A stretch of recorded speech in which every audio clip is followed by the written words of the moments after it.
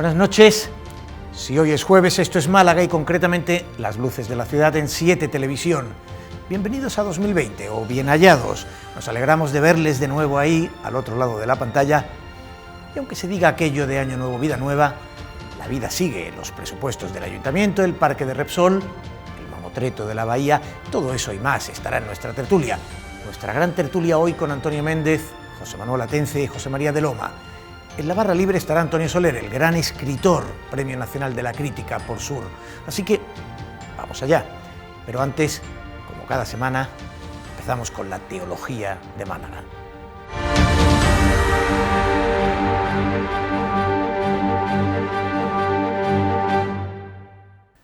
El escándalo es una de nuestras grandes pasiones. Aunque André Breton proclamara que el escándalo ha muerto porque ya nada podía épater le bourgeois, nada podía impresionar a las sociedades acostumbradas a todo, a casi todo. Lo cierto es que seguimos consumiendo escándalos como palomitas en el cine. El vídeo del entrenador del Málaga filtrado esta semana es un buen ejemplo. Claro que en realidad lo escandaloso no es el vídeo, o no tanto el vídeo como lo que haya detrás de su difusión, ya sea una trama convencional de sextorsión dedicada a extorsionar a cambio de contenidos robados por hackers, o una operación de juego sucio orquestada desde el club o sus propietarios para cargarse a un entrenador que no es sumiso a la dirección a la que ha desnudado en público, tanto como a él mismo. En todo caso, un asunto feo. Tal vez haya que celebrar que horas después de estallar el escándalo se haya impuesto la tesis de que aquí no hay más que una extorsión delictiva mediante un vídeo privado. Durante horas, sin embargo, se produjo una viralización feroz a través de las redes, acompañada de gracietas de sal gorda. Todavía las chanzas y memes corren hoy por el WhatsApp.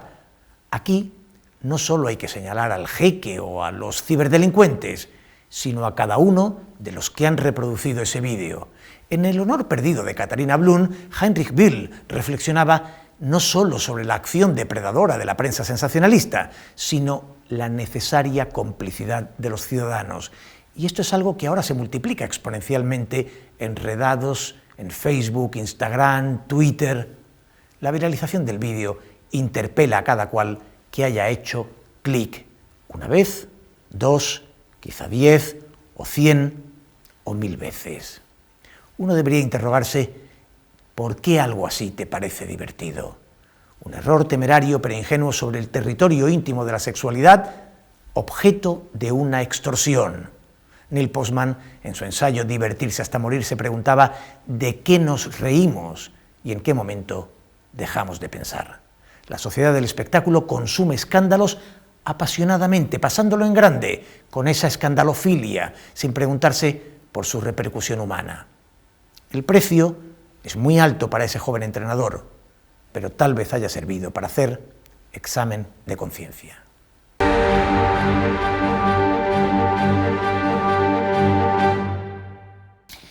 Bueno, vamos con la tertulia, nuestra primera tertulia del año 2020. Paso a presentarles a nuestros contertulios esta noche. José María de Loma, subdirector del diario La Opinión. José María, buenas noches, Teo. Buenas noches, un placer volver a verte. Igualmente. Bueno, año nuevo, vida nueva, pero tertulianos clásicos. Tertulianos clásicos. Por ejemplo, José Manuel Atencia, director de la cadena SER en Málaga.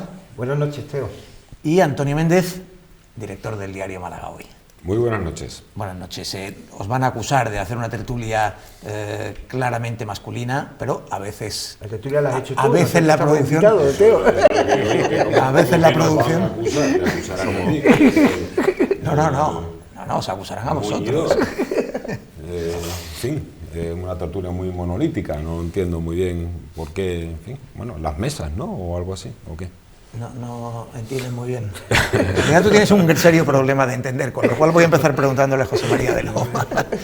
Preguntándole a José María de Loma por el caso Víctor, en fin, ahora lo recordaba, lo mencionaba en la teología de Málaga, realmente un asunto feo. Sí, muy feo. Él es la víctima, debemos recordar que difundirlo es un delito, tiene componentes muy delicados, pertenece a su ámbito personal, las redes son muy peligrosas, hay que tener cuidado con lo que uno graba, con lo que se deja grabar, con difundirlo. La reacción del Málaga, de la afición, ¿no? Parece que está siendo de apoyo, y la del jeque o la propiedad del Málaga también ha sido fulminante, apartándolo un poco por, bueno, hasta que se sepa más del caso o por una cuestión de imagen. Esto, bueno, pues trae la reflexión de fondo de lo difícil que es preservar la intimidad y lo vulnerable que podemos ser todos ante un chantaje. Esto parece que pertenece a la intimidad, ¿no? Y ahí también debería quedarse un poco.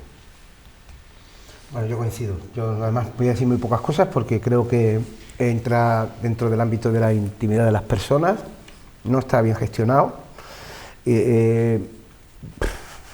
No puede ser excusa tampoco para esconder una realidad, que el Málaga está siendo un desastre este año, ¿vale? Y eso no es porque pase eso con Víctor, sino es una entidad que está teniendo problemas de todas las clases, es un club que, como no espabilen, vamos a tener serias dificultades este año para mantenerse en la categoría y como mantenerse con la institución, ¿no? Y lo de Víctor entra en el ámbito privado, que él estime lo que... Bueno, quizás, evidentemente, el contenido del vídeo entra en el ámbito privado. Claro, pero las consecuencias son de ámbito público. Parece que se lo han puesto como algún rey con el billar, ¿no? En fin, el jeque estaba esperando la mínima ocasión para poder ejecutarlo, después de una rueda de prensa el pasado sábado, donde Víctor, el entrenador, pues se cansó ya un poco de la situación actual, denunció la posibilidad de que pueda perder jugadores en este periodo de fichajes. El Málaga, que está con 17 profesionales, no se sabe qué va a pasar con los pagos incluso correspondientes de este mes. Y bueno, curiosamente la denuncia la hace el sábado en rueda de prensa, el domingo, o en este caso la denuncia policial ante este asunto que llevaba coleando algunas fechas, la presenta en Oviedo el domingo, la amplía luego el lunes, produce la difusión de ese vídeo y la respuesta de la dirección del Málaga, que no sé qué dirección es, pero bueno, supuestamente del jeque, ha sido muy fulminante, sin esperar. En teoría, a la víctima la hace parecer culpable, ¿no? Y la suspende y le quita del cargo de técnico a la espera de los acontecimientos. Es decir, una reacción totalmente fuera de lugar, ¿no? Curiosamente ha logrado algo extraño, ¿no? En un momento en que el equipo está teniendo una campaña catastrófica, ha logrado unir a la afición y a los jugadores con el entrenador, y a cambio el jeque ha conseguido que, si no había ya suficiente distancia entre el malaguismo y el propietario, ya con esto parece irreparable, ¿no? Es decir, ¿por qué? Porque ya no se trata, digo, las sospechas que puedan recaer sobre de dónde provenga la filtración del vídeo, evidentemente señala como uno de las hipótesis verosímiles a la propiedad, ¿no? Pero en todo caso, lo que sí está claro es que la decisión que han tomado, la han tomado ellos, ¿no? Es decir, no han esperado nada y han convertido a la víctima, o han pretendido convertir a la víctima en el destinatario de las iras de la gente.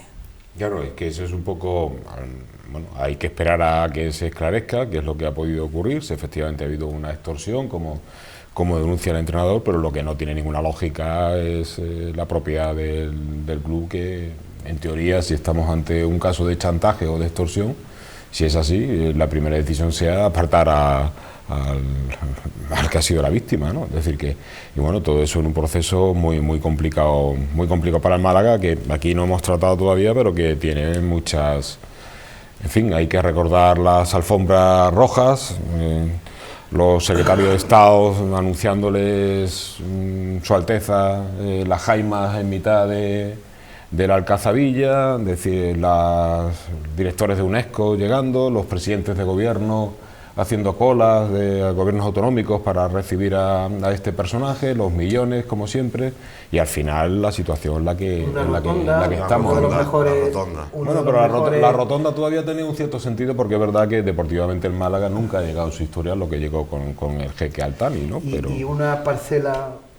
Claro, absolutamente maravillosa, entregados para no se sabe qué, claro. Para una causa perdida. En fin, que... Bueno, eso también nos debía de... durante un tiempo, yo por ejemplo sufrí una buena dosis de comentarios y críticas, cosas de esas. ¿Sufriste una campaña de acoso en las redes sociales? No, pero sí tuve que aguantar bastante meneo porque hice un comentario. Sí, que no me ataca nadie. Escucha, No hice puede un ser. comentario Antonio, nada no dé elogioso, idea, Antonio. nada elogioso del jeque, en la Debe época llamarse que, el subjeque. que no porque, se podía hablar en fin, mal en un esta jeque ciudad de catarí este que se hombre. dedicaba Antonio, a hamburguesa, a vender hamburguesas. No, que lo que estoy diciendo que también que nos debía hacer reflexionar, porque durante un tiempo, cuando se empezó a ver que esto tenía poco detrás, era intocable. O sea, te atrevías a hacer un comentario Sí, por alguna cosa que pasara y la gente te linchaba, ¿no? Sí. O sea, Recuerdo- y los medios yo de recuerdo comunicación que con Algunos o sea, medios de comunicación, en como general, siempre son las alfombras de esta Claro, ciudad. claro. Algunos medios de comunicación Con su efectivamente llegada, han yo escribí funcionado un así. artículo, una columna entonces en el Diario Sur, una columna titulada Catarí que te vi, y decía, Por eso te echaron del periódico. Claro. decía, no, me despedí yo educadamente. Comentaba, digo, un día llegará en que no tenga intereses en el puerto de Marbella o intereses inmobiliarios y el Málaga dejará de importar, porque sencillamente este es un pasaporte para tener relaciones con el poder, porque el fútbol es evidentemente una pasarela de la sociedad al poder privilegiada. Pero ha tardado O sea, un poco en que la afición tuitera distinga entre el Jeque y el Málaga, Sí, sí, porque era muchísimo, ciertamente peligroso escribir sí. sobre el Jeque, parecía que era un ataque furibundo, Yo un recuerdo pecado un par de leso malagriñismo, he ¿eh? conseguido en apenas 20 días, lo quiero recordar porque me parece que lo contamos y se escribió, reunirse, comprar en Málaga y reunirse para hablar del tema de Marbella y de las operaciones con el alcalde de Málaga, la alcaldesa de Marbella, creo que era alcaldesa en la época, el presidente de la Diputación y el presidente de la Junta, en poco más de 20 días. Eso hubiera sido impensable de un proyecto que traiga cualquiera del mundo si no viene avalado porque acababa de comprar el Málaga, y el ¿no? presidente vasco antes. O después También, sí, es verdad, lo que era recuerdo también. socialista entonces. Así que sí, no había problema. Sí, el con el dinero. Ayuntamiento de Marbella casi se pone de rodillas para que modificara y acordara los plazos legales el proyecto de la bajadilla, que no, al final no tenía Bueno, ninguna de todas intención de maneras, hacer, es lo mismo pero que- casi una modificación de aparcamientos, o sea, una cosa técnica, no quería hacerla, ni en los plazos que se le exigía, o sea, era cuando yo quiera, de la manera que yo quiera, y vulnerando las leyes que sean urbanísticas. Al por final supuesto. quería hacer un hotel, que por otra parte es lo que quieren hacer aquí en el puerto de Málaga, es decir, que los cataríes ya habían puesto los hoteles en sus proyectos de los puertos, ¿no? Es decir, que, en fin, En cualquier que... caso, la situación del Málaga, esto viene a alimentar el clima de desencanto, de decepción y de fatalismo que acompaña esta temporada al equipo, ¿no? Víctor tampoco estaba haciendo un trabajo particularmente brillante este año. Si se salva el Málaga es un auténtico milagro, no sé si de Dios o de Alá o de alguno Alá de Limón, más Alá allá, Limón. ¿no? O de la Limón, quizás, ¿no? Sea necesario... Sí, tendrían que existir los Las dos. Para intervenciones, esta causa ¿no? tendrían que existir los dos. Porque sí, lo que pasa que bueno, que el tema es súper feo, ¿no? El tema del vídeo al final pues lo impregna todo de una forma pues muy deleznable, ¿no? Y sirve para ocultar pues esa historia del Málaga, que no sabemos qué va a pasar en estas semanas y en fin, la propia reacción, vamos a ver qué decisión toma, ¿no? Es decir, el segundo entrenador del equipo es el que está al frente ahora mismo. Si tú acabas de apartar al primero, no sé, es una cosa muy extraña las reacciones que tiene, además como son vía Twitter, no se sabe muy bien quién toma las decisiones. Un señor escribe de vez en cuando en Twitter, convocan una rueda de prensa 7 días después, a la ¿Y que sin no van a pedir preguntas? preguntas. Es como Trump, escribe los tweets ahí en su mansión por la mañana y Otra ya cosa, está. y la verdad es que habría que pensarse si, no sé, un día tendríamos que plantearnos, los directores de los medios, los responsables, si debemos acudir a esas cosas, que nos envíen un comunicado, si al final vamos a mandar a periodistas que no pueden preguntar ni pueden hacer nada, ¿no? Yo creo que en el negocio de la información, los responsables, sea del ámbito que sea, son los dueños de las respuestas, Tendremos pero, que ir nosotros pero a la no- rueda de prensa. nosotros somos los dueños de en las, vez de- de las preguntas y de hace algún tiempo a esta parte hemos decidido que no ser los dueños tampoco de las Pero preguntas. fíjate, y José eso- Manuel, yo creo, hablo de esto con frecuencia con los alumnos en la universidad. Ni siquiera somos los dueños de las preguntas, que eso es algo que a mí me parece importante. Ellos deben de entender que cuando un periodista pregunta, no pregunta él, No, pregunta a alguien de un medio de comunicación que se supone que es la correa de transmisión de la sociedad, es decir, Claro. que va a satisfacer un derecho fundamental que está recogido en la Constitución, que es el derecho a la información, el derecho que tiene la ciudanía a recibir información veraz. Y nosotros somos los meros intermediarios de ese derecho que tienen los ciudadanos. Ya está. Las preguntas que se estarían haciendo los ciudadanos, tenemos que hacerlas nosotros. Claro.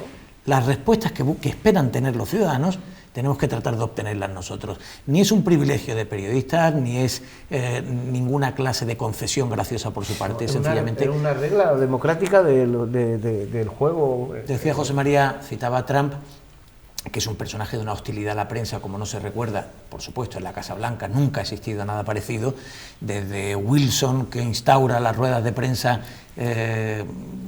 estos son parte sagrada de la liturgia, digamos, en la Casa Blanca, y Trump es el primer tipo al que hemos visto callar a un periodista o negarse a responderle, a uno. A Gil, yo lo he visto antes. A uno. Hombre, no quería hablar de 17. Vamos a comparar a Gil, vamos a tomarlo como punto. Nosotros tenemos también nuestros pequeños monstruos, porque tenemos que buscar siempre a... No, perdona, externos. pequeño monstruo que no responda a un periodista en España es cualquiera, ¿eh? Presidente actual del gobierno, el otro día, en una comparecencia en la que presentaba un acuerdo de gobierno con un partido para encarar una legislatura, no aceptó preguntas. Es más, no aceptó a los periodistas delante, solo los fotógrafos. Hombre. Quizás la tesitura contemporánea que más preguntas exigía, ¿no? Que más interrogantes despierta. Y no... Yo, volviendo un poco a lo de antes, también creo que el componente chusco que tiene todo esto, porque es un vídeo particular, pues también los campos de fútbol se han refinado mucho, pero son un lugar también donde yo creo que el ánimo del Málaga habrá pesado en las sucesivas jornadas. Ahora todo se olvida muy rápido, las redes lo consumen todo muy rápido, hay muchos vídeos, muchos productos y los escándalos son de consumo rápido, pero durante un tiempo esto va a ser, por decirlo de una manera poco fina, un cachondeo con el Málaga o contra el Málaga o del entrenador o sobre el entrenador que va a estar presente en los campos de fútbol por los que vaya el Málaga durante un tiempo, ¿no? Volvemos a una cuestión de origen. Siendo injusto, insisto, claro, pero la gente... Sí, no tengo el conocimiento de lo que ha sucedido y por tanto, además, no puedo entrar. Pero si esta persona es la víctima, es la víctima, está claro. No se le puede hacer pagar un precio a alguien que ha podido ser objeto de una extorsión. Pero yo estaba haciendo una observación de cuando ese entrenador sale al campo y ordena a los jugadores, va a ser inevitable que en la grada, por alguna gente, pues eche algún piropo a su actuación en el vídeo. Quizás la mejor noticia haya sido lo rápidamente, a pesar de la viralización y de, en fin, y como decíamos, de los memes que van recorriendo los WhatsApps, etcétera. Quizás la mejor noticia sea que dentro de lo que cabe la afición unida a los jugadores está mostrando cierta comprensión hacia el entrenador, es decir, no estamos viendo a nadie en la puerta del estadio pidiendo la cabeza de Víctor, estamos viendo todo lo contrario, a gente poca, pero a los que están expresando su solidaridad. Pero lo que dice José María también es cierto, que aquí pasan 3, 4, 5 partidos y el Málaga entra ya en barrena. Y bueno, piden la cabeza del jeque, del entrenador y del que pone las botas, ¿no? Es decir que, bueno, aquí el fútbol es el utillero, es decir que aquí no hay... Bueno, yo os propongo, y a ustedes, si les parece, que escuchemos a propósito el comentario de Isabel Naranjo, portavoz, se declara de nada, pero portavoz de mucho, en este caso portavoz de esta polémica.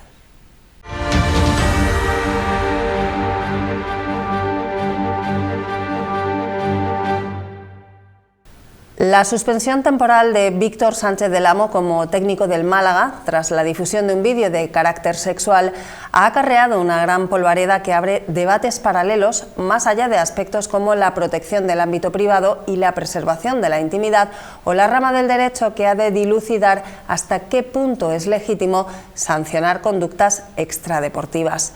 Partiendo de la base de que hablamos de un vídeo realizado en un ámbito estrictamente personal, su difusión de manera ilegal pone de manifiesto lo ruin que puede llegar a ser la condición humana y todo aquel que haya querido utilizarlo para hacer un daño moral de dimensiones incalculables que no empieza y acaba en la víctima, sino en su familia, en sus amigos, en su entorno en definitiva.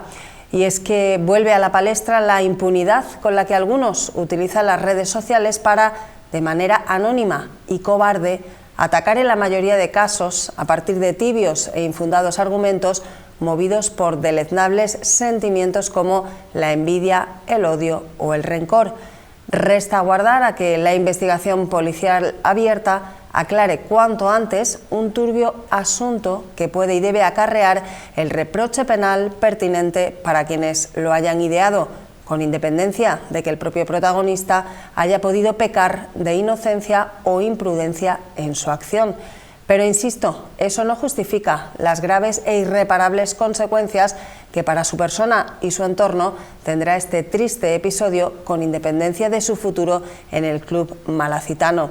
El caso Víctor ha supuesto, en cualquier caso, una buena distracción para escapar del clima de hastío y de crispación que se ha vivido en este país desde el pasado fin de semana, aunque no se las prometan felices. A buen seguro, el nuevo gobierno progresista de coalición nos tiene preparados muchos más días y fines de semana de gloria.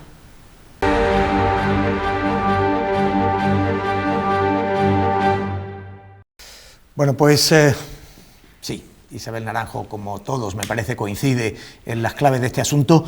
Hemos visto también esta semana, por cierto, el dato del aumento de población en Málaga, población debida a los inmigrantes. El jeque no logramos que pase por Málaga suficiente tiempo, pero a cambio la población en Málaga sí que crece con quienes llegan de fuera, ¿no? La inmigración tiene una importancia sociológica que a veces olvidamos, ¿no? Nos limitamos a esa inmigración que llega en patera y que es vista en función del signo ideológico, a veces como un problema, a veces como una puerta de esperanza, pero en todo caso hay otra clase de inmigración y los efectos sociológicos ahí están, ¿no? Creo recordar que voy a decir bien los datos. Vi ayer un reportaje en televisión que en España había llegado a los 47 millones de habitantes, 163.000 más, y se había logrado esencialmente por la entrada de inmigrantes, ¿no? Sí. Porque había habido, y eso lo hemos contado incluso aquí, hemos hablado de ello, ha habido más personas muertas en España que nacimientos sí. en el último año. Bueno, al final esto es un mundo globalizado y la gente va a vivir donde hay posibilidades de encontrar trabajo, ¿no? Si a eso le unes 2.000 millones de personas que viven en países de guerra, en países donde no tienen las mínimas necesidades, esto es... La inmigración es la historia de la humanidad, todo lo que hemos hecho durante toda la historia, y me estoy poniendo serio, me ha dicho que me quería poner serio. No, lo he dicho en el descanso. Bueno, pero me lo has dicho. Tiene que ver con los movimientos de las personas, ¿no? Si no echamos a la gente. Ya, pero al final es eso, Bueno, en cualquier caso, aparte de Madrid y de Barcelona, que acumulan, creo recordar que cerca de 100.000 solo entre ambas, la Comunidad Valenciana, que es uno de los territorios más atractivos por el atractivo laboral, por las oportunidades de trabajo que hay, el Mediterráneo parece que es un polo particularmente atractivo, y le sigue Málaga, que si no recuerdo mal, está por encima de los 10.000, que es una cifra significativa, ¿no?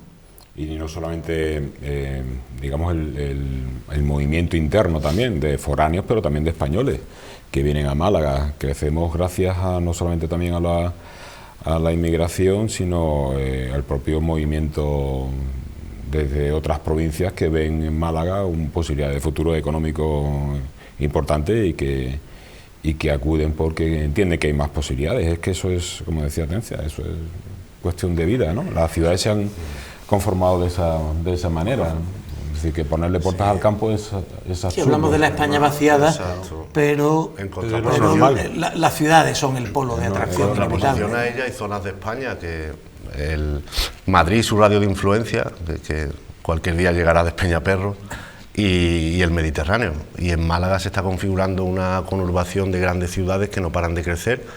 68.000 habitantes censados tiene ya, que son muchos más. Estepona, 150 y tantos mil Marbella, Mijas también tiene muchísimo, Fuengirola 80.000, Torremolinos, es decir, es un continuo, Vélez un continuo, sí, que está súper poblado, pero además hay otra inmigración. 8 ciudades en la provincia de Málaga, aparte de la capital, que son más grandes que muchas cabeceras de provincias españolas. Exactamente. Marbella tiene más que Huelva o que Jaén. Y luego además la otra inmigración, que es la europea, de alto poder adquisitivo, que se está asentando ya en la segunda o tercera línea de costa, ¿no? Ayer viendo datos en Alhaurín el Grande, el 20% de la población es extranjera. Y es un municipio que está un poco ya al interior, que no es... Y en Coín pasa un poco igual, ¿no? Sí, eso también, no nos falta de nada.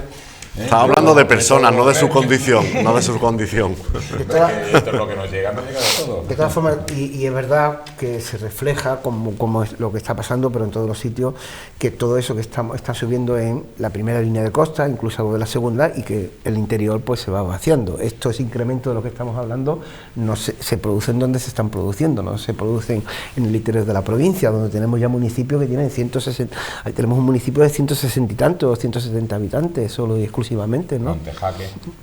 O Ya Atajate, veremos, no me acuerdo, Atajate, sí. Ya veremos la huella ecológica que supone la colonización digamos, urbanística de todo el litoral. De momento hemos cerrado un año con algunas cifras un poco inquietantes, ¿no? Es decir, en términos globales es el año más seco que se registra. En el mes de diciembre el nivel de las lluvias... Las temperaturas que suben. El nivel de las lluvias ha estado en la mitad. En fin, los indicadores siguen siendo... Ya hay mucha casualidad, ¿eh? Vamos a volver al principio. Igual acabamos siendo una provincia de Qatar. Solo el que esté acostumbrado a vivir en Qatar podrá vivir aquí. Claro. Es decir, que... Torres y calor. Estas navidades he estado en la zona de la Viñuela bueno, me apetecía y me fui a dar una vuelta por del pantano, y la verdad es que te tira de espaldas.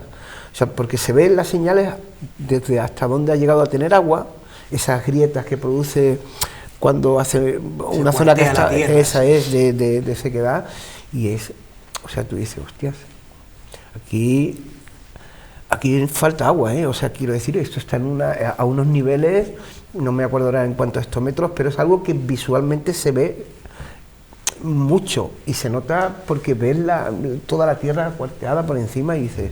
Y de las cosas que no hemos logrado, además de coser bien una red que permita que el agua de la Axarquía en un momento determinado pueda ir a la Costa del Sol, o la del Río Verde a la Axarquía, sobre todo ni siquiera hemos llegado a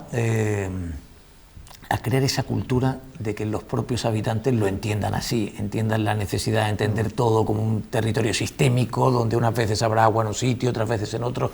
En fin, seguimos siendo con los recursos bastante miopes. Claro, pero yo hacía una cierta risa esta Navidad de cuando, bueno, el día 1 dejó de funcionar el peaje en la autopista entre Sevilla y Cádiz. Yo desde que empecé a estudiar periodismo y ejercer el periodismo, esa era una noticia de toda la vida, ¿no? Quiero decir, el año siguiente se quita... ¿Y los baños del Carmen? No, te lo digo de Cádiz, yo dije, qué alegría. Yo me gustaría que también alguna de las 2 o 3 nosotros que tenemos de toda la vida también se solucionara, y me acordé el recrecimiento de la presa, ¿no? De la Concepción, por no decir ya el saneamiento integral de la costa o los baños del Carmen, que ya no lo hemos cambiado, pero ahora ya podemos pasear por el lado, ¿no? O sea, que llevamos 3 o 4 días dándole una bola a que podemos ya pasear al lado, que hemos hecho una actuación. Una actuación de 70.000 euros. O sea, llevamos 35 años pidiendo la recuperación de los baños del Carmen y estamos aquí tirando cohetes porque no hemos gastado 70.000 euros en poder pasear para ver el desastre que sigue teniendo los baños del Carmen, ¿no? ¿Qué días que estamos tirando cohetes? Fíjate, yo la impresión que tuve fue, Antonio Méndez, recuerdo que cuando se abrió el vial del Parque Tecnológico, que contribuyó a que se aliviara la situación, decía, y todo esto era poner un vial, unos cientos de metros, un vial, y con esto ya se arreglaba. Evidentemente no se arregla, pero hay medidas, hay micromedidas que tienen efectos positivos. Y que los baños del Carmen, además de su deterioro, estuviera detrás de un muro hecho un asco, que permitía además que lo que sucedía detrás fuera muy opaco, pues era incomprensible. Si efectivamente con unas pocas decenas de miles de euros han logrado darle visibilidad, aumentar su atractivo y convertirlo en un lugar paseable, oye, bienvenido sea. Sí, pero estamos en las mismas, llevamos 30 años para recuperar eso, y resulta que con 70.000 euros se podía poner algo más vistoso del desastre que ha sido siempre, y dices tú, coño, pues yo no tengo tanta memoria como para recordar ahora mismo cuántos planes de recuperación de los baños del Carmen he visto en mi vida? O sea, ¿cuántas maquetas? ¿Cuántos proyectos en papel? Yo qué sé, no sé cuántos se habrán presentado. Vamos, yo no, soy incapaz de... Casi tantos como el Parque Repsol. Bueno, pero eso, de eso hablamos después. De eso hablamos después. Me está censurando. No, al revés. Bien. Al revés. Piensa bien lo que vas a decir, que será después de la publicidad. Regresamos regresamos enseguida, continuamos con la tertulia.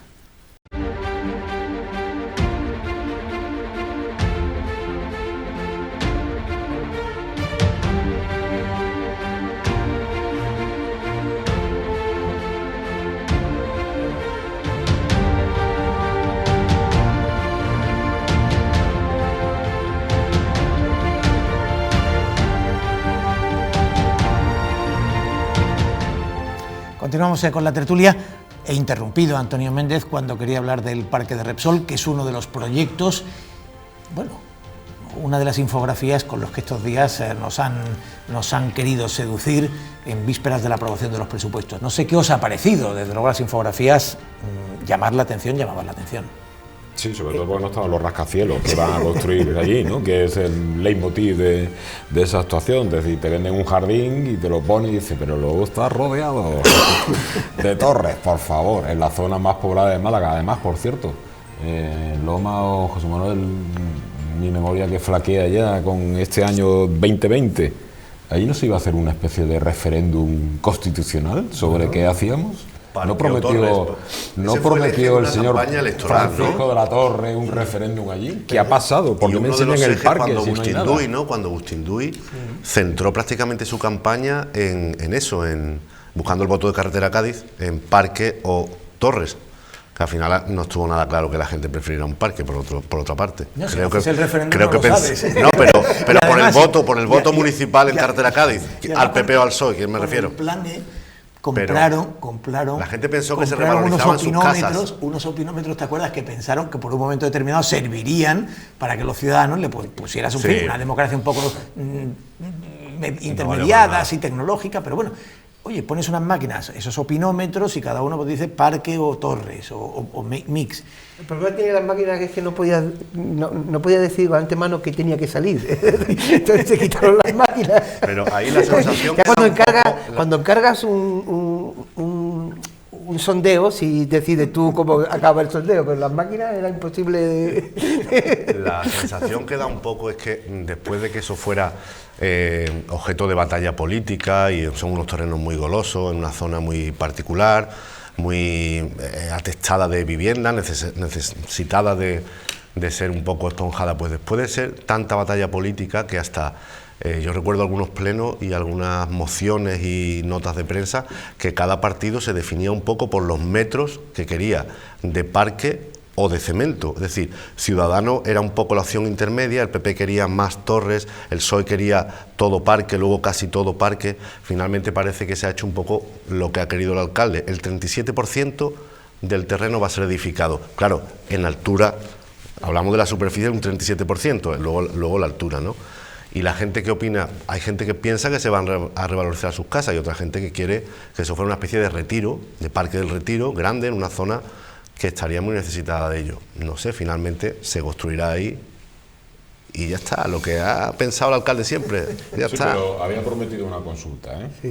Sí, es verdad. Sí, pero también es verdad que luego, quiero recordar que final, luego hubo un informe de intervención diciendo que era una consulta que no se podía hacer consulta, claro, porque ahí dependía también... van vinculadas a un determinado tipo de gasto, inversión. Y sobre todo a unos compromisos de un convenio que se había firmado. Bueno, pero hablando de convenios firmados, compromisos,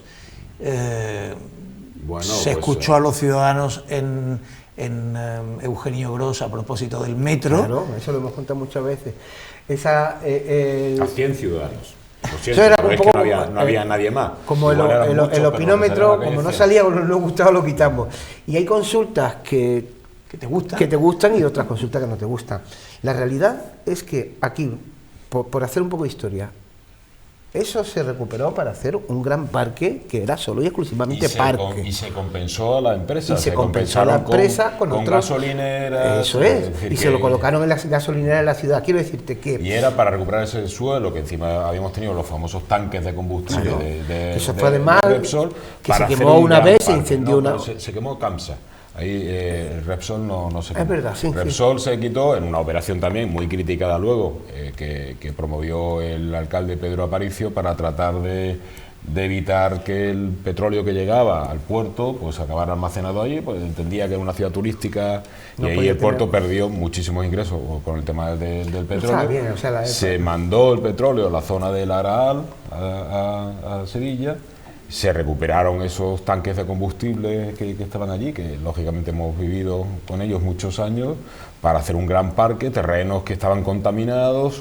Y se compensaron al final, ya por esos terrenos. Y se compensaron la empresa, con lo cual al final es que no se sabe muy bien por qué han acabado... Claro, y ahora al final, y Antonio tenía gracia, pero no tiene el tema mucha gracia, es que después de tanto jaleo, nos encontramos con el proyecto que casi menos parque plantea, sí, ¿no? Sí. De todos los que hemos ido, ¿no? La polémica estaba en que se presentaba una alternativa y decía, no, todo. Y se ha dejado porque parecía que era poco, vamos al referendo, y al final nos traen uno que es el que menos tiene, ¿no? Pero eso sí, con unas infografías muy bonitas. Y eso, y entonces la gracia es que, claro, yo estoy viendo, viene mi compañera, me enseña eso y digo, está estupendo, y me dice, ya, es que los rascacielos no han salido en la infografía, y te presentan un parque visto casi desde arriba, pero como si lo hubieran quitado todo lo que había alrededor. Bueno, yo qué sé, tío, ya estas cosas de tomarnos con un las poco enredaderas como... que caen contando como zona verde. No, y luego esos datos, Es ¿no? la Cuando te zona dicen con más densidad de población, se van a invertir 8,3 millones para obtener 80.000 metros cuadrados. Entonces parece, dice, hostia, un gran parque, ¿no? Bueno, en definitiva es un fraude, porque lo que se está haciendo es destacar el dato de los 80.000 metros cuadrados y no el dato de los 40.000 metros cuadrados que terminan siendo no solo, efectivamente, como decía José María, no solo urbanizados, sino urbanizados en altura de un modo, en fin, muy agresivo. En una zona con una densidad de población muy alta. Otra cosa es que los parques funcionen o no funcionen. En Málaga, no sé si los parques, en Málaga capital digo, en otras zonas sí que funcionan, ¿no? En Torremolinos, en Benalmádena, no lo sé. Porque allí aquí no van a funcionar, tendremos que tenerlo primero. No, ¿no? sé, ¿Tú no has pasado por el parque de Welling, por ejemplo?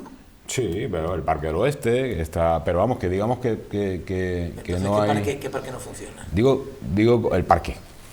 Es que el parque son dos aceras que tienen un tránsito, yo creo que de alta densidad, pero luego como parque, digamos, son relativamente estrechos. Me refiero a la hora de conservar Tiene su encanto como parque fallido el Benítez, que es que la gente, muchos domingos la gente ya lo toma, le falta infraestructura, le falta cierta urbanización, pero es algo más que un descampado, algo menos que un parque. Pero no, sí, algo más que un descampado, menos que un parque. Pero está descartado, por ejemplo, que pueda desarrollarse un proyecto chabolístico allí, porque cuando... Podría ser. Tú vas a Londres y tienes un parque. Pero en Londres que te no muere. tiene el clima de Málaga. Es decir, que aquí el final es que 8 meses no lo pasamos en la playa. Entonces, Hombre, cuando 8 meses, Antonio. 8 meses. Un playero inveterado, joder. Pero vamos a ver, no estamos hablando de la temperatura, de que ya tenemos digamos, desde febrero. vas a la playa desde febrero. Salía el tiburón y el delfín de Welling, que son dos personajes de la Malagueta que salían ayer bañándose, se bañan todos los días. Antonio es de marzo a octubre. Yo creo que.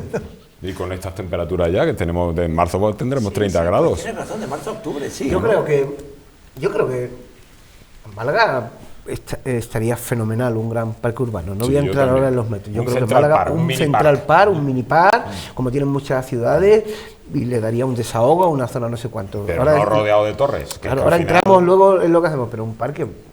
Bueno, oye, el Campamento Benítez, por cierto, es una de las inversiones que va en el presupuesto de este año. Pero te tienes que ir al Campamento Benítez, te tienes que ir al final 6 o 7 kilómetros. En este caso es un parque metido en la zona de población más densa de Málaga, donde hay 150.000 habitantes. Es decir, Bueno, que estaba dando dándole- paso al tema de los presupuestos, pero en cualquier caso tiene razón. El Campamento Benítez no es la casa de campo, Bueno, nos vamos a los no montes. es el retiro. Nos vamos a los montes de Málaga, que no vamos a encontrar nada más espectacular, pero tienes que coger un coche y subir 20 kilómetros, es lo que dice Antonio. Un sitio al que puedes ir casi andando, Sí, ¿no? el Campamento Con- Benítez puede tener también un cierto interés metropolitano, ¿no? Está situado Sí, justo entre Pato Torremolinos, Remolinos. Málaga, y también afecta pues, Chorriana, por supuesto, a Laurín, bueno, es un proyecto que merece la pena. Están los presupuestos de este año, presupuestos aprobados como cabía esperar por el Partido Popular y por Ciudadanos con su mayoría estable, bueno, por el Partido Popular, digamos, ¿no? Eso sí va a decir. Ciudadanos ya apenas existe como grupo. Eso va a ser interesante dentro de dónde va a acabar Ciudadanos. Sí. Va a ser interesante. La ciudadana. La ciudad. No, me refiero también a los ciudadanos andaluces, ¿no?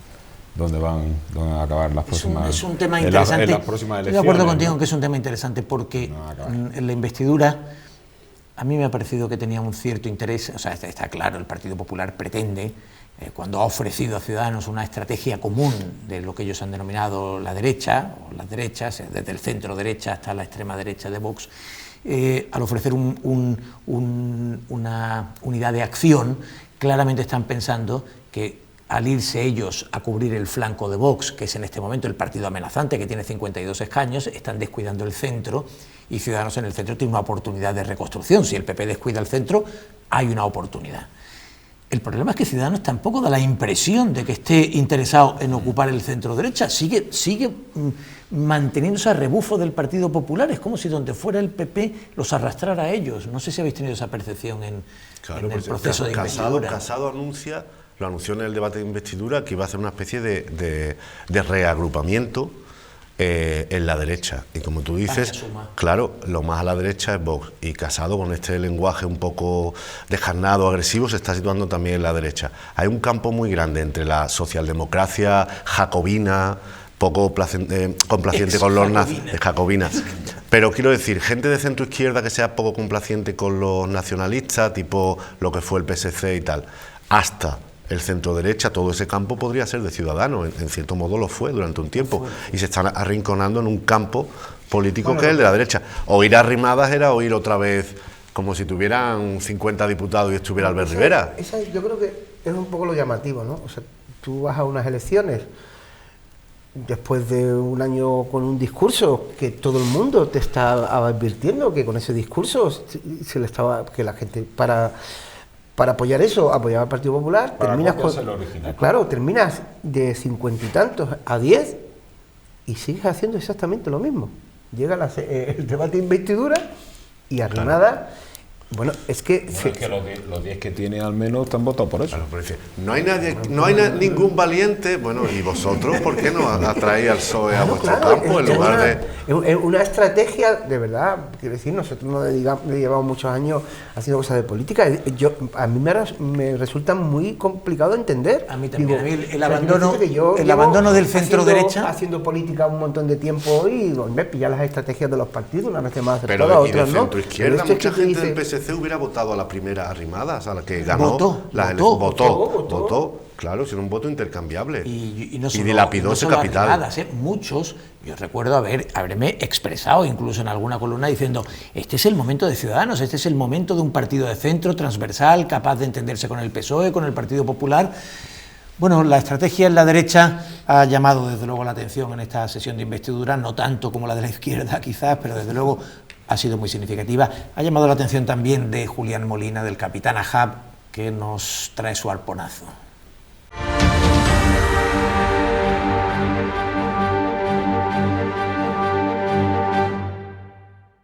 España está rota, eso ya es un hecho, pero no está rota por Cataluña, está rota por la mitad. Y lo más paradójico es que la han roto los que supuestamente pelean por su unidad. La unidad de España se la ha cargado la derecha, que lo que anhela realmente no es la unidad del país, sino la unicidad del país. Que España sea una, no que esté unida. Y que esa una sea además la suya, la de toda la vida. Esa es la única idea que hay en sus cabezas. España una y suya, punto pelota. Y ahí no encajan los rojos, ni las feministas, ni los inmigrantes, ni los gays, ni otras lenguas, ni otras culturas, ni otras creencias, ni el diálogo, ni el ecologismo, ni nada que no sea una copia exacta de ellos mismos. Una España con un solo color, con una sola voz y con una sola idea. Y todo lo que se salga de ese molde es basura despreciable, escoria, traidores, etarras, ladrones, felones, golpistas. Todos los insultos son pocos e insuficientes. Pero esta estrategia suya no es más que el producto de un cerebro con una única idea, es decir, es algo muy torpe y muy poco inteligente. Cuanto más insultan y amenazan, más repulsión y más miedo nos provocan. Y cuanto más miedo y más repulsión provocan, más ganas tenemos de ir a votar a la izquierda, loca y desenfrenadamente. Con esta estrategia van a conseguir que en los próximos 2 milenios ni un solo votante de izquierda se quede en casa un día de elecciones, algo que creíamos imposible. Es más, van a lograr algo aún más impensable, van a lograr la unidad de la izquierda, van a conseguir que los partidos de izquierda se entiendan y se respeten y sean capaces de pactar, por fin. Y por si eso fuera poco, van a conseguir incluso acabar con el prestigio de la monarquía. Todo lo que la izquierda tanto ha tratado de conseguir sin éxito por años, lo va a conseguir ahora esta derecha cazurra y grosera. Y quizá no era esta la forma en que esperábamos lograrlo, pero no hay que ser tiquismiquis y hay que saber ser agradecidos. Gracias Casado, gracias Abascal y gracias a Arrimadas por enseñarles el camino. Habéis hecho un gran servicio a España, esta vez sí. Gracias de corazón.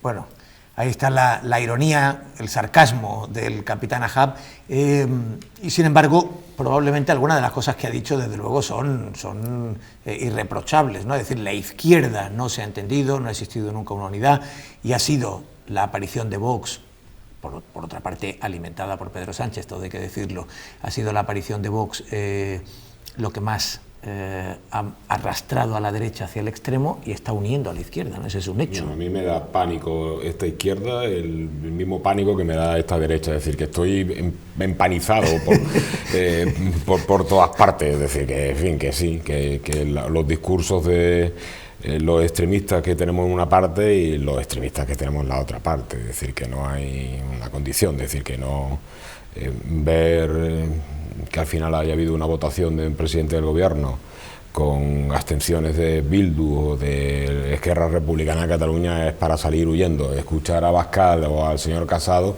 pues es para salir corriendo, es decir, no sé qué medio de transporte para escapar de este país con lo que tenemos en la política, así que en esa parte Julián toca una parte pero le falta la otra, ¿no? Es decir, que no creo que estemos ante unos buenos y unos malos, unos moderados y otros que son unos extremistas, no, estamos ante la plasmación de los extremos, ¿no? Nunca... No me ha parecido, independientemente de que puedas pensar que se deduzca que haya buenos o malos, lo que ha querido decir, yo creo, es que la derecha está en una estrategia un poco suicida y que esa estrategia está provocando algo que la izquierda nunca había logrado, entre otras, la propia unidad de la izquierda. Bueno, sí. Esto tiene un problema. Vamos a ver, ya vamos, hay que partir sobre la situación en la que estamos. No ha habido posibilidad de una salida. Nos encontramos en uno de los momentos más complicados con la gente con menor capacidad de diálogo que hayamos tenido en la historia, quiero decirte, lo de los grandes partidos, no sé cuánto. Nadie ha querido. Eso es, nadie ha querido. De los líderes, o sea, nadie ha querido hacer nada de eso. A mí esa es la parte que me preocupa. Y luego, al margen de... Yo coincido en muchas cosas, en esa ironía, y es verdad, quiero decirte. O sea, cuando tú llevas a la desesperación todas estas cosas y esos los términos, consigues muchas veces los efectos contrarios. Aitor Esteban, que tampoco es que me parezca a mí que sea una no sé qué, y tuvo una intervención explicando un poco el poco favor que le estaban haciendo a la monarquía, que a mí me pareció muy acertada, ¿no? O sea, como diciendo, mire usted, perdone, que lo peor que puede hacer en este país es que la monarquía esté prácticamente vinculada a partidos políticos, es el gran desastre. Yo confío, espero, deseo, anhelo que empecemos una etapa de cierto sosiego. Esto es absolutamente ya irresistible, quiero decir, no podemos seguir en la política en este tono, en este de eso, no creo que beneficie a nadie. En España no se triunfa por la ilusión, se triunfa Claro. por la demolición del contrario, del adversario. Mientras la política esté en esos fundamentos, no tenemos mucho que hacer, estamos esperando a que cuanto peor vayan las cosas, mejor para el otro, que va a relevarlo y vamos a volver a poner el grito en el cielo. Es decir, no tengo ninguna confianza en que yo una vez, las cosas vayan a mejor. En tono irónico, escribí un artículo contando una época de los romanos que que nos podían pedir que votáramos a la inversa, ¿no? Quiero decir, vamos a votar al revés, vamos a las elecciones y vamos a votar al que no queremos. A lo mejor lo ponemos todo más fácil. Decimos, un listado, yo no quiero estos.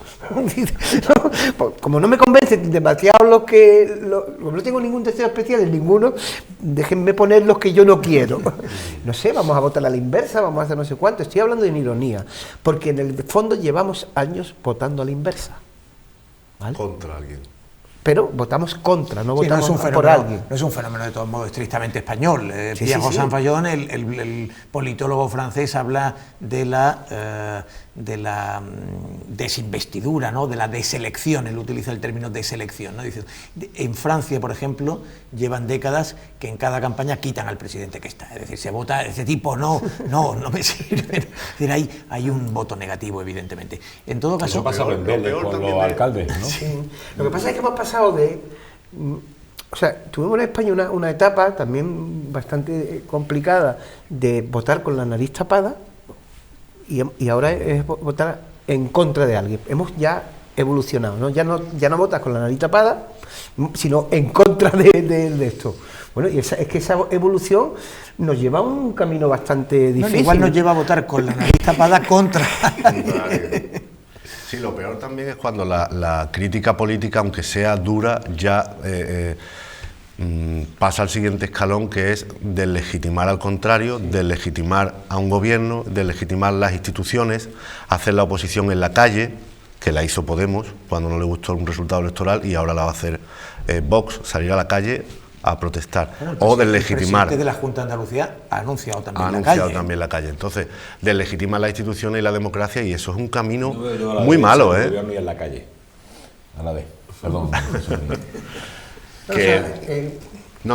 Sigue, José Manuel. No, que es complicado, quiero decirte.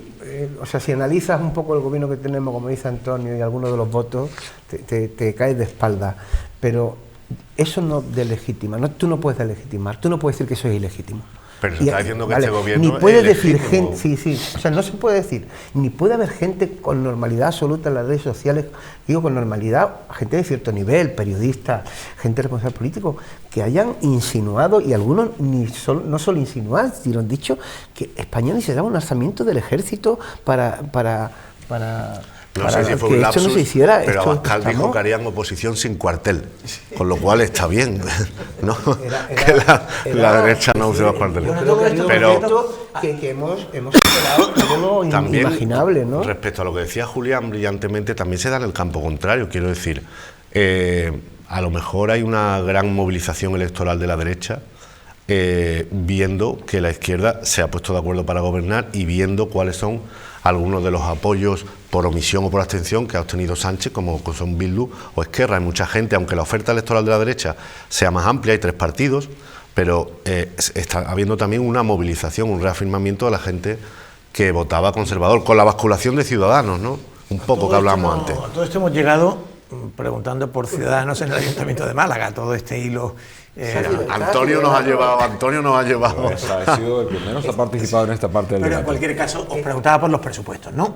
Unos presupuestos. ¿Está Ciudadanos y ha aprobado los presupuestos? Ciudadanos ha apoyado como corresponde, o la representante de Ciudadanos en los presupuestos, con un debate en el que ha vuelto a aparecer el que seguramente debería ser uno de los grandes temas de fondo en la ciudad, que es la desigualdad, ¿no? La desigualdad de los barrios y el centro, la desigualdad a la hora de vertebrar el espacio urbano. Claro, bueno, es uno de los problemas que tiene Málaga, Andalucía, España, en fin, y que no sé si nosotros los periodistas cuando vemos los presupuestos son los proyectos, ¿no? A ver, ¿qué nuevo hay? En el auditorio está... luego te venden la otra parte, la parte del gobierno te dice, pues no sé cuánto dinero para viviendas sociales, hemos hecho 10.000 viviendas frente a la Junta, que ha hecho 50 en los últimos años. Estamos dando, son competencias de los ayuntamientos, claro, el plan de menores, hablaban de justamente para perseguir. Fue uno de los proyectos anunciados por el alcalde con el que se presentó en esa campaña electoral. Yo no lo he visto luego reflejado. Incluso la demanda de la educación primaria para que esté más cercana del Ayuntamiento de Málaga y que se pueda justamente evitar esas desigualdades. Es decir, son temas que salen solamente en campaña, que luego no se traslucen o no se traducen en medidas presupuestarias, ¿no? Pero es verdad que hay una Málaga también de muchas velocidades y no hay que irse muy lejos. Es decir, si la Málaga que vemos todo el rato en el centro, pues no tiene mucho que ver con la Málaga de muchos barrios, ¿no? Es decir, y en algunos barrios donde ves situaciones de pobreza extrema, ¿no? Hay cierta razón por la oposición, que lo he dicho muchas veces y ha sido unos debates de la campaña. O sea, tenemos niquelada, o sea, hecho una maravilla preciosa la fachada de la ciudad. Vamos a entrar porque se nos están cayendo algunos azulejos de cuarto de baño, en la cocina el humo se queda abajo. Vamos a empezar ya pues esa ciudad tendrá que plantearse también empezar a arreglar un poco el interior de esa fachada, ¿no? Los barrios donde las actuaciones son mínimas, no digo que no sea ninguna, se hacen muchas cosas, pero hombre, la relación que hay, es más, es que hasta en el mismo centro, como te descuides un poco, te vas a algunas zonas que no es... Eso es. Sí. Bueno, José María, perdona que no te doy la palabra, te la doy en cuanto volvamos de publicidad, hacemos una segunda interrupción, un corte breve y enseguida retomamos la tertulia.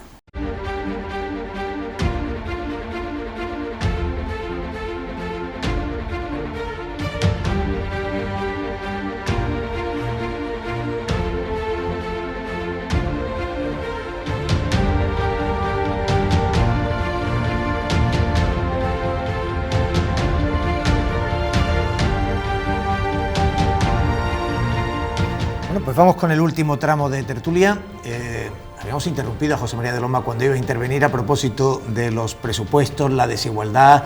En fin, es un tema del que a veces cuesta volver a hablar, sí, porque sencillamente, como pasaba con los baños del Carmen, a veces tenemos la sensación de estar en una rueda, atados a una rueda, o incluso como esos ratones que están en una jaula que van moviendo un columpio pero del que nunca pueden salir.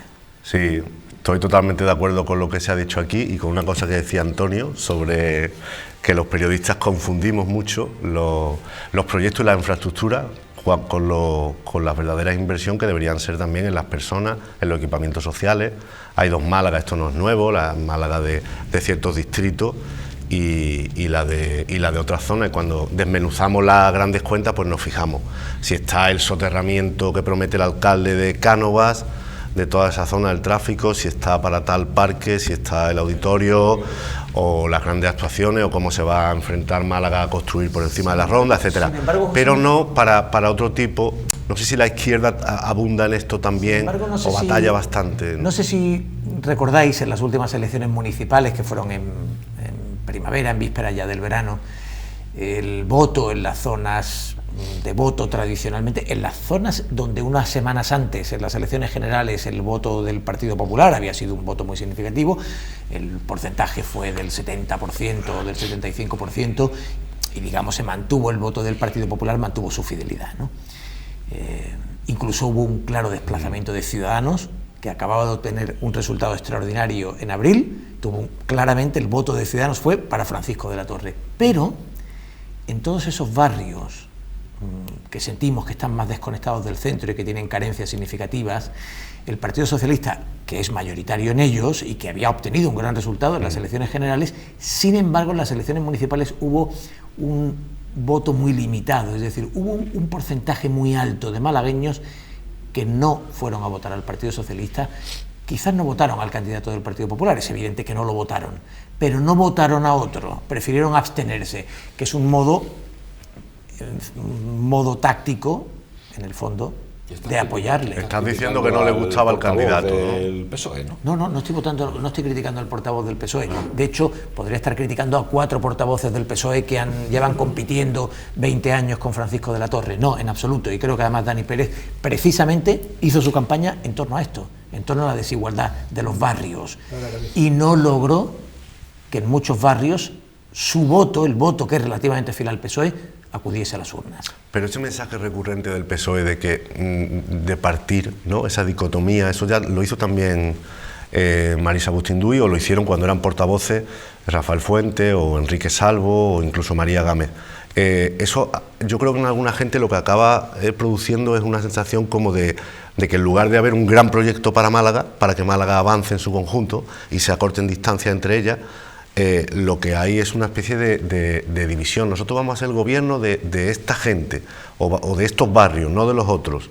O hay demasiadas cosas en el centro, pero no en la carretera de Cádiz. No creo que haya ya gente tan... no sé si decir provinciana, que se crea que su distrito es su patria y lo otro no le importa. Es que es un todo, es que es un poco absurdo incidir tanto en ese mensaje, que no es que no sea lógico que la izquierda no batalle por los distritos, por los barrios más desfavorecidos, pero falta ese mensaje ponerlo en un contexto más global, creo yo.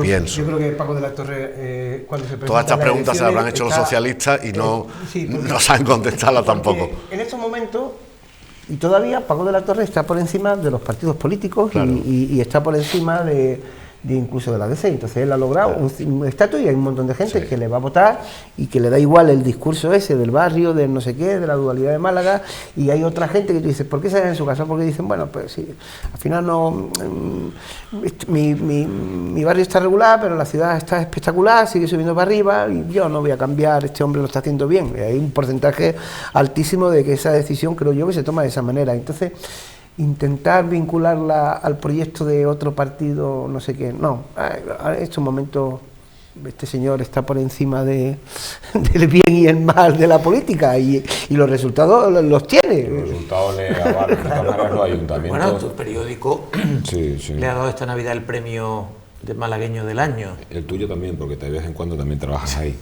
Pero que... Bueno, tú has dicho que crees que ha sido muy pronto darle esto, ¿no? Porque le queda todavía bastante carrera, ¿no?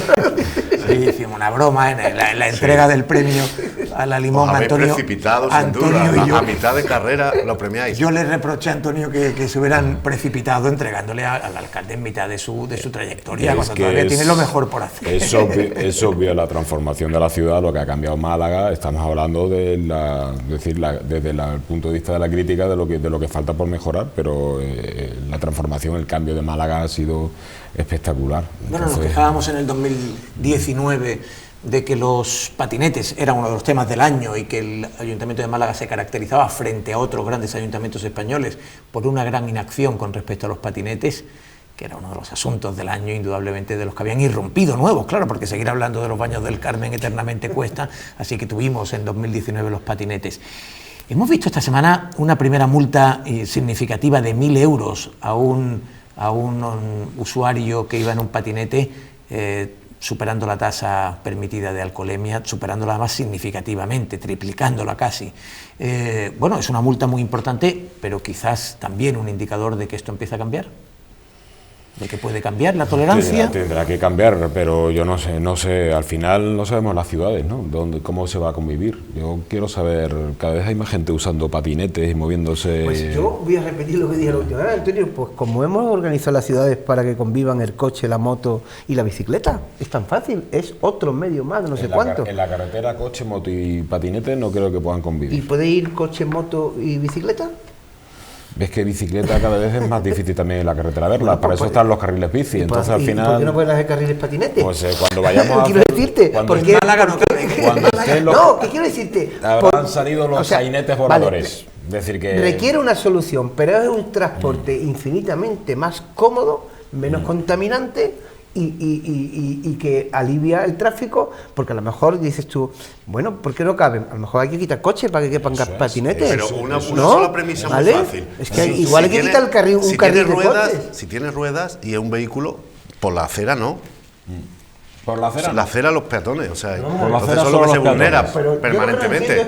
Patinete, yo creo, carril bici es adecuado y en algunas zonas las calles. O un carril menos de coche, para que vayan en patinete. También, y hay un montón de gente que va en patinete, que se contamina menos, hay menos tráfico, hay menos sitios de aparcar. O sea, que quiero decir que el problema de la movilidad es el patinete. No, de todas las cosas que estamos gestionando en una ciudad de movilidad, posiblemente sea el más cómodo. Sí, el problema está cuando es un problema porque va por la acera y es incompatible con los peatones. Porque se meten en el centro. Vale, vamos a seguir con cierta lógica. El mismo problema que en el siglo tal cuando iban los coches de caballo, se cambiaron y salieron los coches. Pues Claro, vienen era un los drones problema. ahora, Los vienen primeros coches que salieron los era drones. una incomodidad para los caballos, Me vais pero a- nadie se le ocurrió quitar los coches para que siguiéramos Vais a con perdonar, el patinete. me vais a perdonar, pero os dejo aquí discutiendo. Yo me voy a marchar porque tengo en la barra libre, en nuestra barra, No, preferimos irnos a la barra libre que está aquí esperando a discutiendo. Antonio Soler, que ha tenido un año extraordinario con su novela Sur. Y, en fin, lo tenemos esta noche acompañándonos así. Os dejo a vosotros discutiendo de los patinetes y os agradezco mucho que nos hayáis acompañado en esta primera tertulia, que el azar ha querido, o en fin, los imponderables han querido que sea solo masculina contra la norma de este programa, que es que Ay, sea... se está justificando al final. Bueno, lo dejo a Antonio hablando no solo de patinetes, sino de detalles. Venga, buenas noches a Buenas vosotros noches. Buenas noches. y me voy para la barra libre.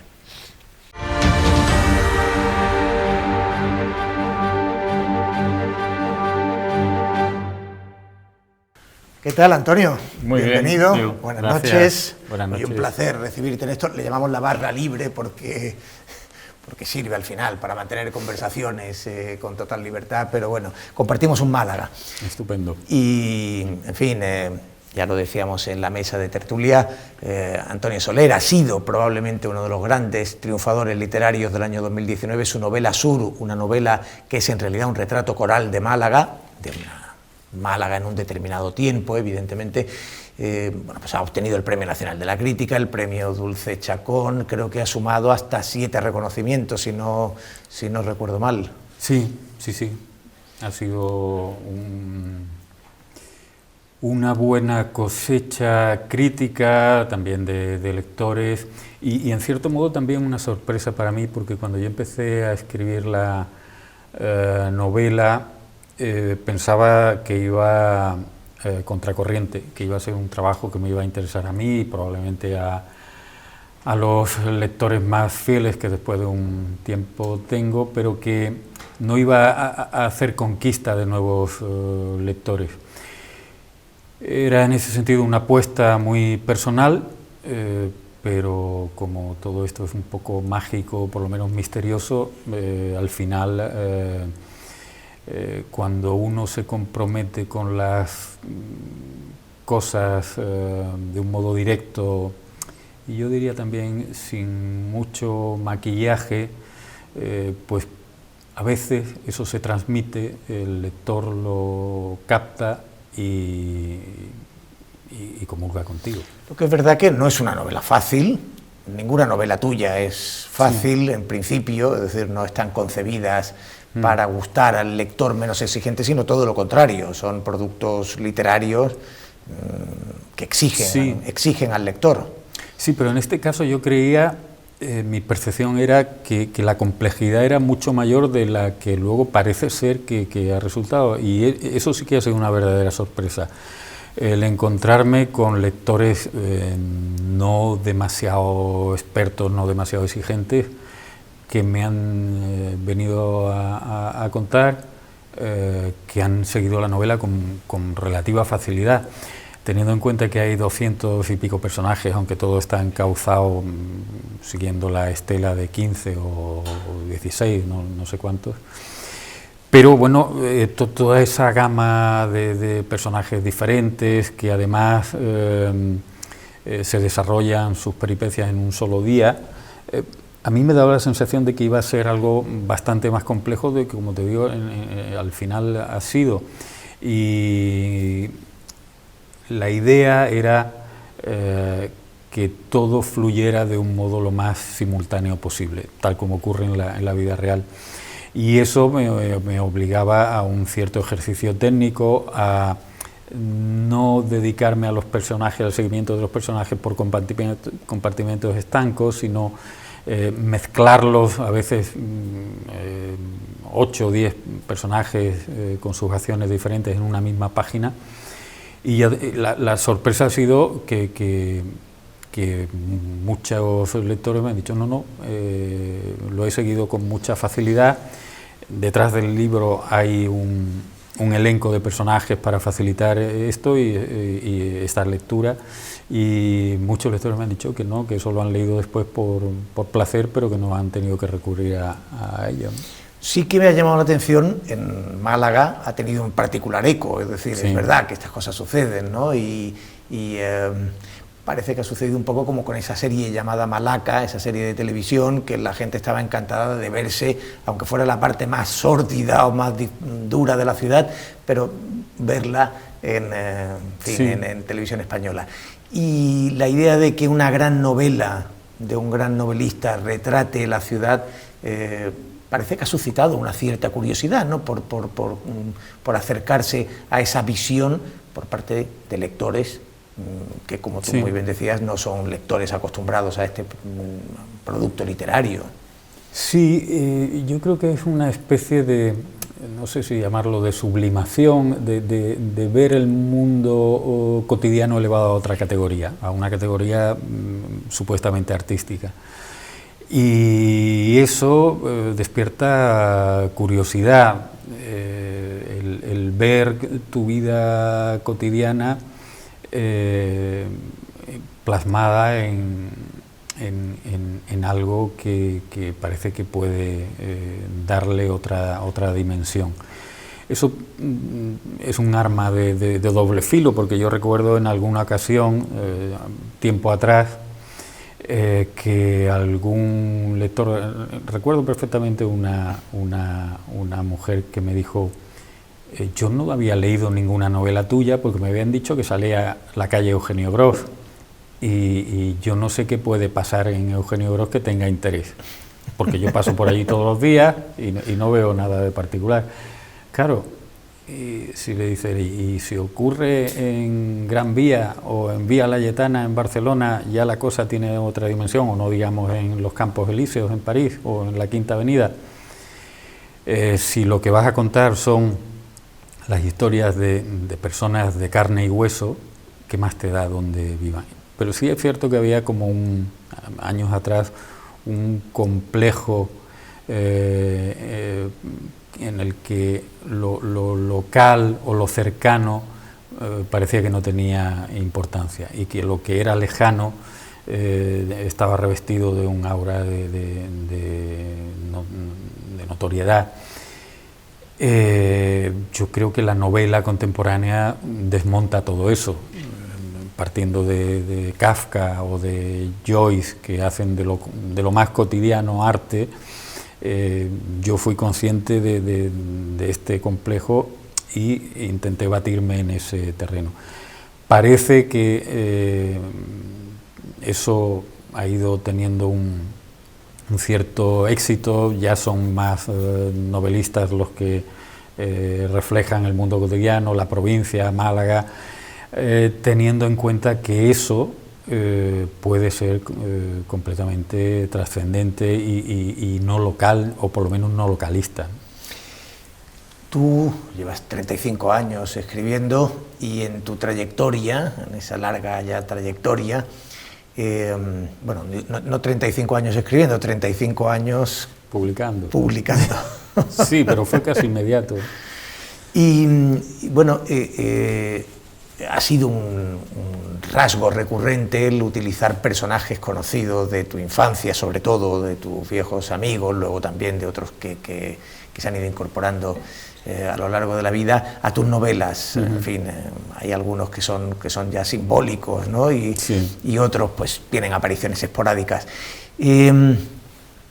La vida, en la Málaga que tú retratas en Sur, ¿cuánto has sido capaz de verla literariamente y no a través de tu propia vida, o cuánto ha pesado tu experiencia personal, ¿no? Ha pesado mucho. La novela tiene distintas partes heterogéneas. Por ejemplo, hay un diario del Atleta, y ahí cuento mucho de una parte de mi juventud, cuando todavía me daba miedo decirme a mí mismo que quería ser escritor, y andaba bastante perdido. Pero además de lo estrictamente autobiográfico, naturalmente manipulado y filtrado por la propia escritura, y también por la propia memoria. Sí que hay mucho de personas que he conocido, unas de un modo muy cercano y otras por referencias o historias que me han ido llegando de gente real. Y al final, yo no sabría decir el tanto por ciento exacto, pero muy elevado ese tanto por ciento de los personajes que aparecen en Sur tienen origen en la realidad más estricta, es decir, que lo experimentado, lo vivido, lo oído tiene mucha importancia en esa novela. Bueno, tú te mantienes, entre otras cosas, unido también a la realidad local, escribiendo en el periódico Sur, en el que tienes varias columnas y, en fin, y sobre todo acumulas también unos pocos trienios ya, ¿no? Me han dicho que soy ya el articulista más longevo. ¿De la historia del periódico o de...? Pues no lo sé si de la historia del periódico, pero... Probablemente sí. En la actualidad sí, y probablemente sí, porque pues yo creo que son 33 años. Sí, tú llegaste en los 87. 87 y curiosamente Manolo Alcántara llegó después, porque Manolo empieza a publicar el periódico a partir del 89, pero era inicialmente lo que era la columna que le hacían ya, se reproducía aquí, ya luego llega el acuerdo con el grupo Correo entonces, luego Vocento, en fin, bueno, sí, son años. Sí. Y a veces se cansa uno de mirar la realidad local también, ¿no? Es decir, ver que lleva uno desde el 87 escribiendo sobre los baños del Carmen, como decíamos antes en la tertulia. Sí, pero bueno, en estas 3 décadas la ciudad ha cambiado tanto que ha dado mucho juego. Todo ha mutado en parte para bien, en gran parte diría yo, que para bien. Ha mutado de tal modo que el ser testigo de eso diariamente ha sido un privilegio, y el reflexionar también sobre todos esos cambios, cambios sociales y políticos. Hemos vivido fases tan distintas, la alcaldía de Pedro Aparicio, luego aquella época que dio tanto juego al columnismo con Celia Villalobos, Eduardo Martín Tobar y Antonio Romero, con el que curiosamente intercambié algunos mensajes muy simpáticos, porque en algún momento lo llamé Sancho Panza de Tergal y eso pareció que le hizo mucha gracia. Y luego todo eso unido a una realidad inevitable, que es la de España, donde yo intento también mirar, incluso cuando escribí un ensayo, Málaga, Paraíso Perdido, en el que contaba la historia de Málaga en la segunda mitad del siglo XIX y el primer tercio del XX, esa mirada profunda que me ayudó también a comprender un poco esta ciudad y esta provincia, esa mirada la uní siempre a lo que estaba ocurriendo en España y a lo que estaba ocurriendo en Europa, porque me parecía que si no se comprendía muy bien. Y también el escribir en Sur, en el diario Sur, sobre Málaga, me hace reflexionar naturalmente también sobre lo que está ocurriendo en España, porque está, como tú sabes mejor que nadie, estrechísimamente unido. Bueno, ¿no? Y además muchos de tus artículos de lo que tratan es de asuntos evidentemente nacionales, ¿no? No sé si estas últimas sesiones de investidura te hacen encarar 2020 con sensaciones agridulces. Tú has hecho mucho memoria, ¿no? Y has puesto tu atención en aquel periodo del final de la República, la Guerra Civil, que es un hito terrible en la historia reciente de España, incluso en la historia general de España. La polarización y el tono excesivamente agresivo por parte desde la extrema derecha a la extrema izquierda y los nacionalistas, en fin, no sé qué sensaciones te ha dejado. Sí, como tú dices, agridulce. En cualquier caso, yo huiría de la comparación que curiosamente se está haciendo por parte de unos partidos políticos y de otros, de la comparación con el final de la Segunda República. Yo creo que las diferencias son mucho mayores que las semejanzas. Hay algunas semejanzas, sí, pero la diferencia, el clima social, a pesar de la crisis económica que ha tambaleado tanto a muchas familias en España, el estado de bienestar de hoy día es absolutamente incomparable con el estado de penuria que se vivía en los años 30 en España. Pero esa voluntad consciente por parte de algunos partidos políticos de revivir el espíritu de los años 30 me parece absolutamente descabellado. El que un portavoz como hizo Abascal salga hablando de Largo Caballero para analizar la situación de la política actual me parece absolutamente de locos y además peligroso y temerario. Y no creo que esté bien eso, entre otras cosas, porque liquida el espíritu de la transición.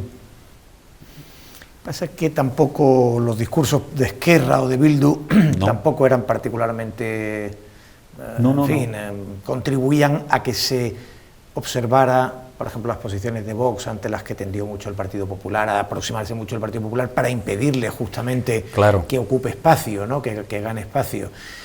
Pero más bien, en lugar de utilizar un tono racional que pusiera en evidencia la irracionalidad que venía de la extrema derecha o de la derecha, lo que terminó es un choque de irracionalidades, ¿no? Es decir, porque quizás curiosamente en este caso el discurso de un partido de extrema izquierda populista como es Podemos, aunque se ha moderado indudablemente en los últimos tiempos, no resultó tan significativo, pero el de Bildu o Esquerra fue. Sí, sin duda, como tú dices. De todos modos, esta mañana he visto una entrevista con Maroto y parece que ha tomado nota de lo que tú has dicho ahora, te ha leído el pensamiento, porque ha hablado de moderación, de ir combinando la dureza con una cierta tolerancia.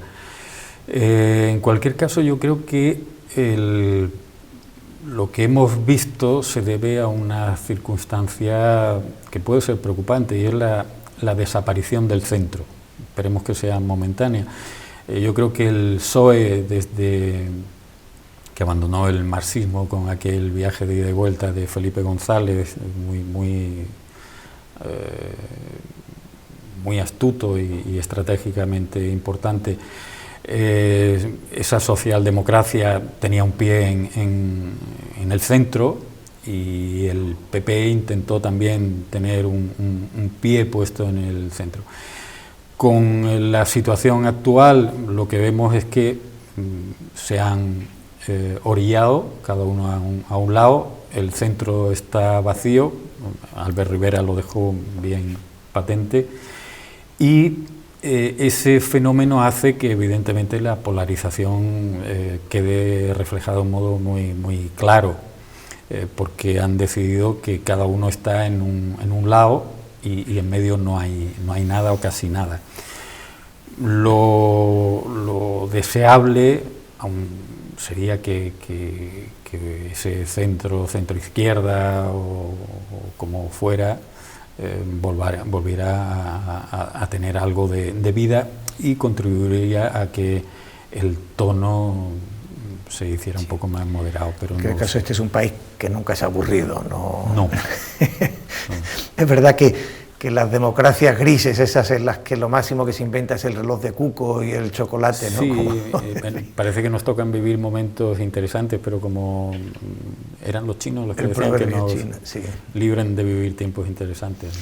Bueno, pues, Antonio, que nos sigas contando los tiempos interesantes. No sé si ya estarás embarcado en otro proyecto, te estás tomando una tregua. No, tengo ya unas cuantas páginas, muy pocas, pero unas cuantas de algo nuevo, y la verdad que muy distinto a Sur. Bueno, pues tus lectores te esperamos, y tus lectores cotidianos te seguimos leyendo. Muy bien. Gracias, Antonio, por acompañarnos, y bueno, aquí siempre será muy bien recibido, muy bienvenido, como todos ustedes. Gracias por acompañarnos una semana más. La próxima estaremos aquí, el próximo jueves. Hasta entonces, gracias. Buenas noches.